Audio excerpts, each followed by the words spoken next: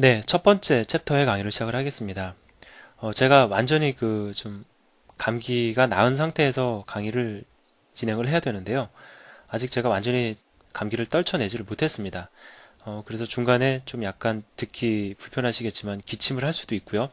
또 목소리가 갈라질 수도 있는데 여러분들이 좀 이해를 해주시기를 부탁을 드립니다. 원래는 강의가 지금 좀 더 빨리 진행이 되어야 되는데 제가 좀 며칠 좀 쉬었습니다, 사실은. 더 쉴 수가 없어서 지금 제 강의를 하는 것이니까 여러분들이 좀 이해를 부탁을 드립니다. 어쨌든 제가 세 번째 챕터 들어가기 전에는 완전히 좀 회복된 목소리로 강의를 진행하도록 하겠습니다. 자, 챕터 1의 첫 번째 주제는 시언어의 개론적인 이야기입니다. 그러니까 우리가 진짜 본격적으로 시언어 공부하기에 앞서서 우리가 공부하는 시언어라는 것이 도대체 무엇인지에 대해서 좀 간단하게 이야기를 해보자라는 거죠. 그래서 제가 여러분들에게 시언어에 대해서 일단 설명을 드릴 거고요. 그 다음에 시언어의 장단점을 말씀을 드릴 겁니다. 근데 솔직히 말씀을 드리면 시언어의 장점과 단점을 지금 이제 처음 시작을 하는 이 시기에 한 차례 정리를 하긴 하지만 이게 그렇게 와닿지는 않을 거예요. 그러니까 여러분들도 이런 것이 장점이고 이런 것이 단점이라고 얘기하는구나 라고 그냥 쉽게 그냥 이렇게 한번 받아들이시면 됩니다. 왜냐하면 사실 장단점을 알려면 내가 C 언어를 많이 활용해 봐야 되죠. 그 언어를 활용하지 않고 단순히 장점과 단점을 이해한다는 것은 조금 무리가 따릅니다. 자, 그래서 그냥 한번 내용을 정리한다, 장단점을 한번 정리한다, 여러분들이 이해를 하시길 바라고요. 그다음에 제가 컴파일러에 대해서 설명을 드릴 겁니다.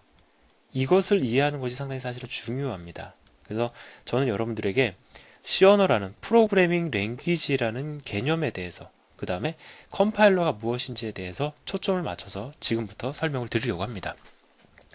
자, 여러분들 그 가전제품 많이 사 보셨죠? 뭐 예를 들어서 뭐 전기밥솥도 가전제품이고요. 뭐 그다음에 TV도 가전제품입니다. 근데 이제 뭐 TV나 아니면은 밥솥을 사시면 항상 따라오는 게 있습니다. 뭐냐면은 사용 설명서죠. 사용 설명서라는 것이 등장합니다. 그래서 우리가 이제 사용 설명서를 보고서 그 기기들을 갖다가 활용하게 됩니다. 이제 뭐 그냥 우리는 한글로는 사용 설명서라고 이야기를 하지만 조금 요거를 영어식으로 이야기를 하면 이제 매뉴얼이라고 얘기를 하죠. 매뉴얼이라는 것이 따라옵니다. 자, 그러면 CPU 이것도 어떻게 보면은 뭐 그냥 단순히 가전기기라고 하기에는 좀 무리가 있지만 CPU도 하드웨어입니다. 뭐 TV처럼 하드웨어예요. 자, 그러면 A라는 회사의 CPU가 있고요. 그 다음에 B라는 회사의 CPU가 있다고 가정을 해보죠. 뭐 여러분들이 아시는 대표적인 CPU 회사는 인텔일 겁니다. 그런데 사실 세계적으로 상당히 많은 CPU 회사가 있습니다. 그러니까 우리가 흔히 사용하는 데스크탑에 들어가는 CPU를 만드는 회사도 있지만 핸드폰이나 이런 소형 디바이스에 들어가는 CPU를 만드는 회사들도 있거든요. 그러니까 사실은 회사가 참 많습니다. CPU를 만드는 회사들이 크고 작은 회사들이 많이 있어요. 자, 그래서 A라는 회사에 CPU가 있고 B라는 회사에 CPU가 있다고 가정을 해보죠. 그러면 CPU를 우리가 구입을 했다. 우리가 직접적으로 구입할 필요는 없지만 뭐 구입을 했다고 가정을 해보자고요. 컴퓨터를 우리가 사게 되면 이제 CPU도 같이 사실은 사게 되는 거잖아요. 그러면 꼭 따라오는 게 있습니다. 그러니까 물론 꼭 따라오는 건 아닐 수도 있어요. 여러분들이 인터넷에서 다운받아야 될 경우가 사실은 거의 대부분입니다만 뭐가 따라오냐면 매뉴얼이 따라옵니다. 이 매뉴얼은 이 CPU에게 일을 시키려면 이렇게 이렇게 해야 됩니다. 라고 잘 설명이 되어 있는 매뉴얼이에요. 그러면 A사의 매뉴얼이 있을 거고요. 그 다음에 B사의 매뉴얼이 있을 겁니다. 회사가 틀린데 매뉴얼이 같을 수 있을까요? 예, 같지 않습니다. 다릅니다. 그래서 A사의 CPU에게 A사의 CPU에게 일을 시키는 방법과 B사의 CPU에게 일을 시키는 방법은 차이가 있습니다. 그럼 어떻게 이 매뉴얼이 구성이 되어 있느냐? 이제 보통 매뉴얼에 설명되어 있는, 그러니까 이거는 CPU, 이거 오해하시면 안 됩니다. 여러분들 컴퓨터 사셨다고 해서 CPU 매뉴얼 달라고 하셔가지고 제가 지금 말씀을 드리는 내용이 거기에 있는지 없는지 확인하시면 안 됩니다. 보통은 CPU 제조사의 홈페이지에서 다운을 받을 수가 있어요. 자, 그래서 그 제조사 홈페이지에서 다운받아서 매뉴얼을 보면은 거기에는 어떠한 설명이 들어가 있냐면은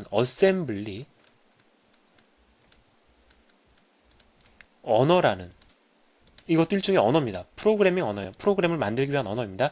어셈블리 언어에 대한 설명이 있습니다. 그래서 이 어셈블리는 그러니까 A라는 회사의 CPU에게 일을 시키기 위한 어셈블리 언어의 체계는 이렇게 되어 있고 이렇게 명령어를 조합을 해가지고 CPU에게 일을 시키면 된다라는 설명이 이제 있습니다. 혹 여러분들 C 언어 공부하시기 전에 어셈블리 언어라는 이야기를 한 번 정도는 들어보셨을 거라고 저는 생각이 들어요. 뭐 안 들어보셨으면 지금 들어보시면 됩니다. 자, 마찬가지입니다. B 회사의 매뉴얼도 보시면은 거기에 어셈블리 구조에 대해서 이 B라는 CPU에게 일을 시키기 위한 어셈블리 언어가 설명되어 있고 이 어셈블리 언어를 어떻게 조합을 해서 명령어를 만들어서 일을 시키는지에 대한 설명이 쫙 나와 있습니다. 자, 그러면 A사의 CPU에게 일을 시키기 위한 어셈블리와 B사의 CPU에게 일을 시키기 위한 어셈블리가 같을까요? 다를까요? 다릅니다. 같을 수가 없겠죠. 물론 같게끔 얘네들이 서로 잘 표준화를 했다면 좋겠지만 다릅니다. 그리고 다를 수밖에 없는 이유가 뭐냐면요. CPU 회사가 다르면 CPU가 그게 그거 아니냐라고 물어보실 수 있겠지만 CPU의 구조가 내부적으로 들어가 보면 많이 차이가 납니다. 그리고 이 어셈블리 언어는 기계에 매우 친숙한 언어예요. 그러니까 보통 우리가 이제 사실 C 언어 같은 경우에는 여러분이 하드웨어를 잘 몰라도 사람이 이해하기 쉬운 언어이기 때문에 하드웨어를 잘 몰라도 나는 C 언어를 공부할 수 있습니다. C 언어로 프로그램을 만들 수가 있어요. 그런데 어셈블리 언어는 매우 기계에 가까운 언어입니다. 그래서 우리가 A라는 CPU를 잘 알아야지만, 그러니까 매뉴얼만 본다고 해서 내가 바로 프로그램을 만들 수 있는 게 아니고요. A라는 CPU의 구조를 어느 정도 알아야지만 구사할 수 있는 언어가 어셈블리 언어예요. 그러면 CPU의 구조가 다른데 어셈블리 언어의 구조가 같을 수 있을까요? 불가능하죠. CPU의, 즉 하드웨어의 구조가 달라지면 어셈블리 언어는 달라질 수밖에 없습니다. 자, 그리고요, 이것만이 문제가 아닙니다. 보통 뭐 여러분들 다 아시겠지만 하드웨어 개발자와 소프트웨어 개발자는 어느 정도 좀 구분이 되어 있습니다. 물론 소프트웨어 개발자가 하드웨어를 이해하는 경우도 많고요. 또 하드웨어 개발자들도 어느 정도 소프트웨어를 이해하고 있습니다. 하지만 자기 전문 분야라는 건 분명히 있는 거죠. 내가 하드웨어를 전문적으로 한다, 소프트웨어를 전문적으로 한다. 이것이 이제 기본적으로 이렇게 나뉘어지기 마련입니다. 자, 그럼 어셈블리 언어는 소프트웨어 개발자가 소프트웨어를 하고 싶은 사람이 공부를 해야 되는 언어가 되겠죠. 자, 근데 문제가 있습니다. 뭐냐면 어셈블리 언어는 이 CPU를 아주 잘 이해해야지만 구사할 수 있는 언어예요. 그러다 보니까 어셈블리 언어를 이용을 해가지고 프로그램을 갖다가 응용 프로그램을 만든다는 데는 매우 불편함이 따릅니다.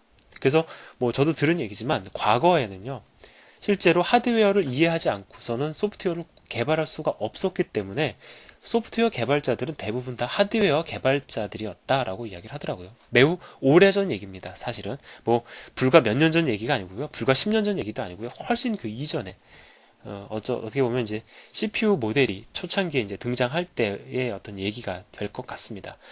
그랬다고 하더라고요. 그러면 제가 지금 정리를 해보면은요, CPU에게 일을 시키는 데 있어서 불편한 점 두 가지. 하나, 어셈블리 언어를 갖다가 공부하는 게 너무 부담스럽다라는 거죠. 소프트웨어를 하고자 하는 사람에게 너 CPU 잘 알아야지만 어셈블리 언어를 한다 라고 하니까 공부하는 시간도 오래 걸리고, 공부해서도 이게 사람의 그 가까운 언어가 아니라 기계에 더 가까운, 기계에 훨씬 더 친화적인 언어다 보니까 적용하기가 너무 불편하다라는 거예요. 그래서 뭐 공부, 기타 등등 적용하기 너무 어렵다라는 단점이 있습니다. 두 번째 단점은 뭘까요?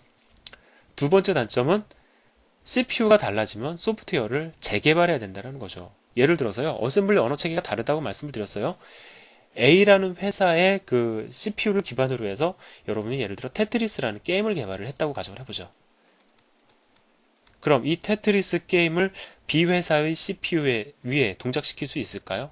불가능합니다. 왜? 언어의 체계가, 얘가 알아먹는 언어의 체계가 다르기 때문에 불가능하다라는 거죠. 따라서 빈번한 재개발이 요구되어졌다라는 겁니다. 자, 그냥 우리가 듣기만 하더라도 상당히 불편하죠. 불편한 정도가 사실은 도를 넘습니다. 그래서 이러한 불편함을 갖다가 극복해서 나온 것이 바로 프로그래밍 언어라고 하는 거예요. 그래서 등장한 것이 바로 프로그래밍 언어입니다. 그리고 이 C 언어라는 것은요, 이 프로그래밍 언어의 일종이에요. 그러니까 뭐 C뿐만이 아니라 뭐 C++, 자바, 뭐 C# 등등 여러분들이 흔히 접할 수 있는 대부분의 랭귀지들이 사실은 프로그래밍 언어입니다. 자, 그럼 프로그래밍 언어라는 것은 도대체 무엇이냐? 제가 조금 정리를 해볼게요. 첫 번째, 프로그래밍 언어라는 것은요, 사람이 이해할 수 있는 언어의 체계를 갖고 있습니다. 그러니까 제가 지금 말씀을 드렸던 어셈블리 랭귀지 같은 경우에는 기계에 더 가깝다고 말씀을 드렸죠. 그런데 프로그래밍 언어라는 거, 우리가 공부할 C 언어는 사람에 훨씬 가깝습니다. 따라서 공부하기 쉽고요. 내가 공부하고 나면은 그것을 적용하기도 매우 쉽습니다. 예를 들어서 우리가 알고 있는 영단어들이 그냥 등장해요. 예를 들어 if, 만약에 뭐뭐 한다면이라는 뜻이죠. 그 다음에 while, 뭐뭐 하는 동안, 뭐 이런 우리가 흔히 알고 있는 영어 단어를 중심으로 해서 만들어진 언어가 바로 C 언어입니다. 자, 그리고 두 번째, 재개발이 불필요합니다. 그럼 왜 재개발이 불필요한가? 아니, 좀 더 근본적으로 보자고요. 이 CPU들은 사실 어셈블리 언어라는 것밖에는 이해를 못하는 그러한 하드웨어인데 어떻게 C 언어를 가지고 얘네들을 죄송합니다. C 언어를 가지고 어떻게 C 언어로 만든 프로그램을 어떻게 CPU에게 인식을 시켜줄 수 있을까? 사실 이것도 우리가 좀 고민하지 않을 수 없겠죠. 자, 그래서 제가 여기서 말씀을 드립니다. 얘네들이 CPU가 사실은 C 언어를 이해하는 건 분명 아니에요. 하드웨어는 C 언어를 이해하지 못합니다. C 언어는 사람이 이해할 수 있는 언어이지 CPU가 이해하는 언어는 아니라는 거죠. 그래서 C 언어도 말 그대로 언어이기 때문에 나름의 어떤 그런 그 문법 체계를 가지고 있어요. 여러분이 C 언어를 많이 사용하다 보면 실제로 이것도 언어다라는 느낌을 많이 받으실 겁니다. 그러면 여러분이 C라는 언어를 이용을 해가지고 테트리스를 개발을 합니다. 바로 A라는 회사의 CPU에 올릴 수 있을까요? 불가능합니다. 얘는 못 알아들어요. 자, 이 테트리스 게임을 갖다가 C 언어로 개발한 테트리스 게임을 갖다가 B CPU에서 돌릴 수 있을까요? 불가능합니다. 못 올립니다. 자, 그럼 어떻게 C라는 언어로 개발된 프로그램을 어떻게 돌릴 수가 있느냐? 바로 그 중간에 이 C라는 언어로 개발된 프로그램과 하드웨어를 연결해주는 이가 있으니 그것이 바로 컴파일러입니다. 매우 중요한 개념이죠. 다시 한번 말씀을 드릴게요. C라는 프로그래밍 언어와 하드웨어를 연계해주는 중간에서 연결고리 역할을 해주는 이가 있으니 그것이 바로 컴파일러입니다. 이 컴파일러라는 건요, 매우 똑똑한 녀석이에요. 아마 공부하시면 공부하실수록 이 컴파일러라는 것은 참 똑똑한 녀석이구나라는 것을 느끼실 겁니다. 뭐냐면요, 이 컴파일러는요, 예를 들어서요, 여러분이 테트리스를 개발을 하죠. C라는 언어를 이용해서 테트리스를 만듭니다. 내가 이거를 갖다가 컴파일러가 컴파일을 하면은 뭘로 변환이 되냐면 A라는 회사의 CPU가 이해할 수 있는 기계어의 형태로 변환이 됩니다. 자, 그 다음에 또 내가 컴파일러를 가지고 다시 어떤 B라는 회사의 CPU에 맞게 컴파일을 하잖아요. 그러면 B라는 CPU를 기반으로 해서 동작 가능한 기계어의 형태로 변환이 됩니다. 그것이 바로 컴파일러의 역할이에요. 그러면 컴파일러가 하는 일은 결국은 뭘까요? 우리가 만든 프로그래밍 언어로 구현해 놓은 그런 프로그램을 CPU가 이해할 수 있는 형태로 바꿔주는 역할을 하는 것이 바로 컴파일러다라고 하면 되겠죠. 그래서 컴파일러는 사실 프로그래밍 언어에 있어서 매우 중요한 역할을 차지합니다. 이해되세요? 자, 그럼 컴파일러가 무엇인지 아셨을 거예요. 그럼 이제 우리는 앞으로 뭘 해야 되느냐?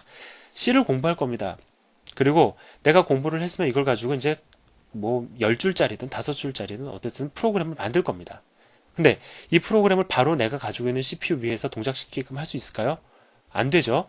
얘를 가지고 컴파일러를 통해 가지고 CPU가 이해할 수 있는 형태로 바꿔 놓을 겁니다. 이제 어떤 흐름으로 이제 개발이 진행이 되는지 이해가 되시죠? 자, 그래서 이 컴파일러라는 것은 매우 중요하고요.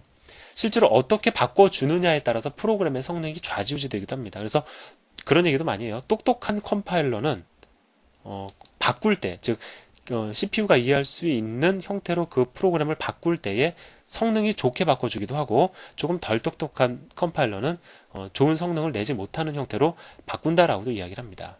예, 그래서 그것이 바로 컴파일러라는 거죠. 자, 그러면 제가 지금까지 설명드린 내용을 가지고 여기까지의 내용을 여러분들이 이해를 하신 상태에서 프레젠테이션 자료에 있는 걸 가지고 또 조금 더 보충을 해보도록 하겠습니다. 참고적으로 말씀을 드리면 제가 지금 그 실제 본론으로 들어오기 앞서서 이렇게 하나씩 하나씩 제가 써가면서 설명을 드렸잖아요. 요 노트를 여러분들도 가급적이면 따라서 이렇게 쓰시면서 이해를 하시면 좋겠습니다. 자, 교재에서는요, 컴파일러를 설명을 하기 위해서 한국인과 일본인을 등장을 시켰습니다. 그리고 이 한국인 같은 경우에는 한국어와 영어만 가능하고요. 일본인은 일본어만 가능합니다. 이 상황에서 이 두 사람이 커뮤니케이션을 하는 데 있어서 필요한 것이 무엇이냐 라는 주제로 이야기를 풀어가고 있어요. 예, 그러면 이제 한번 보죠. 일본인은 일본어만 가능합니다. 그러면 일본어도 알고 그 다음에 한국어와 영어만 가능한 한국인과 대화를 하기 위한 한국어 또는 영어를 아는 사람이 중간에 통역사가 있으면은 통역을 통해 가지고 대화가 가능하겠죠. 자, 이것이 마치 무엇과 유사하냐면, 자, 우리 사람은 한국어 가능하죠. 예, 한국어 가능합니다. 그리고 여러분이 C 언어를 공부하게 되면은 한국인으로서 C 언어가 가능해지는 겁니다. 그런데 우리가 알고 있는 컴퓨터, 이제 보통 CPU, 컴퓨터, 그냥 총칭해서 이야기를 하겠습니다. 기계어를 이해를 해요. 우리가 알고 있는 언어의 체계를 이해하지 못합니다. 얘네들이 알고 있는 언어의 체계는 기계어입니다. 그러면 뭔가 우리가 C 언어를 통해서 기계에게 너 이러이러한 일을 해라 라고 명령을 하기 위해서는 뭘 해야 되냐면 C 언어로 프로그램을 만들어야 되고, 우리와 인간과 컴퓨터가 서로 상호교환이라는 개념은 좀 아니긴 한데, 예, 컴퓨터에게 일을 시키기 위해서는 내가 만든 프로그램을 갖다가 얘가 이해시킬 수 있어야 되겠죠. 따라서 C 언어도 알고 기계어도 알아서 우리가 만든 C 언어로 구현된 프로그램을 기계어로 바꿔서 컴퓨터에게 인식시켜 줄 수 있는 뭔가가 필요한데, 그것이 바로 컴파일러다라는 겁니다. 그래서 제가 지금 말씀드린 것을 이러한 한 예를 통해서 다시 한번 책에서는 설명을 드리고 있어요. 그래서 컴파일러가 컴파일을 하고 나면 뭐 어렵게 생각하지 마세요. 여러분들이 이제 C라는 언어를 이용을 해가지고 프로그램을 하나 만드시잖아요. 이제 파일을 기반으로 만듭니다. 컴파일러가 컴파일을 하면은 새로운 파일이 하나 딱 만들어져요. 딱 등장합니다. 예, 만들어지는 것도 여러분들이 확인하실 수가 있는데, 이것이 바로 CPU가, 컴퓨터가 이해할 수 있는 데이터들로 채워져 있는 파일이에요. 그래서 이제 우리는 프로그램을 작성을 하면 매번 컴파일이라는 과정을 거쳐가지고 컴퓨터가 이해할 수 있는 형태로 파일을 변환을 해서 우리는 프로그램을 실행하게 될 겁니다. 자, 이렇게 해서 뭐 이제 전반적인 걸 좀 말씀을 드렸는데, 뭐 한번 읽어보도록 할까요? 프로그래밍 언어가 무엇인지 이해하셨죠? 예, 뭐냐면 사람이 이해할 수 있는, 컴퓨터에게 일을 시키기 위한 그러한 언어를 가리켜 이제 우리가 프로그래밍 언어라고 합니다. 물론 컴퓨터에게 일을 시키기 위한 언어이지만 컴퓨터가 이해하는 언어는 아니에요. 컴퓨터는 컴파일러가 바꿔주는, 그러니까 프로그래밍 언어를 기반으로 만든 프로그램을 컴파일러가 바꿔주면 그 바꿔진 데이터를 이해하는 거지, 이 C 언어 자체를 이해하는 건 아니다라는 겁니다. 즉 컴파일러는 매우 중요한 역할을 하죠.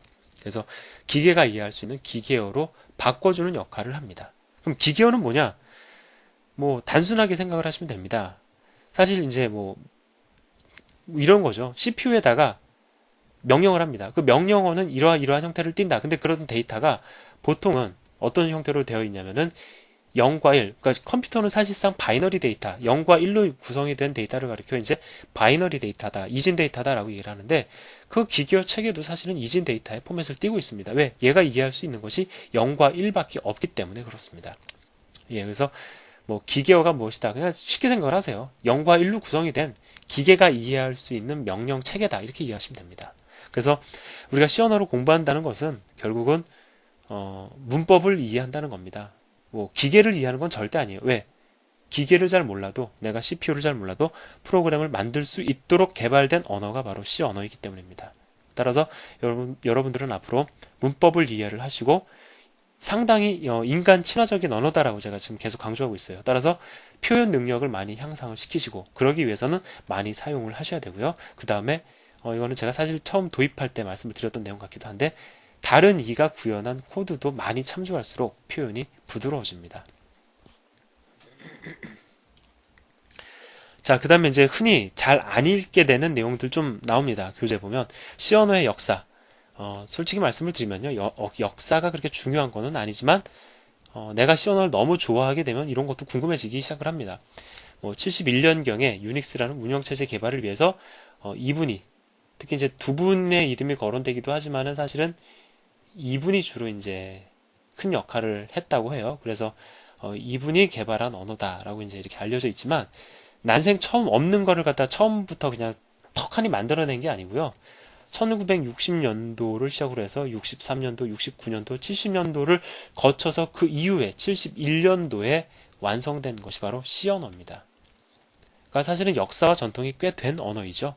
예.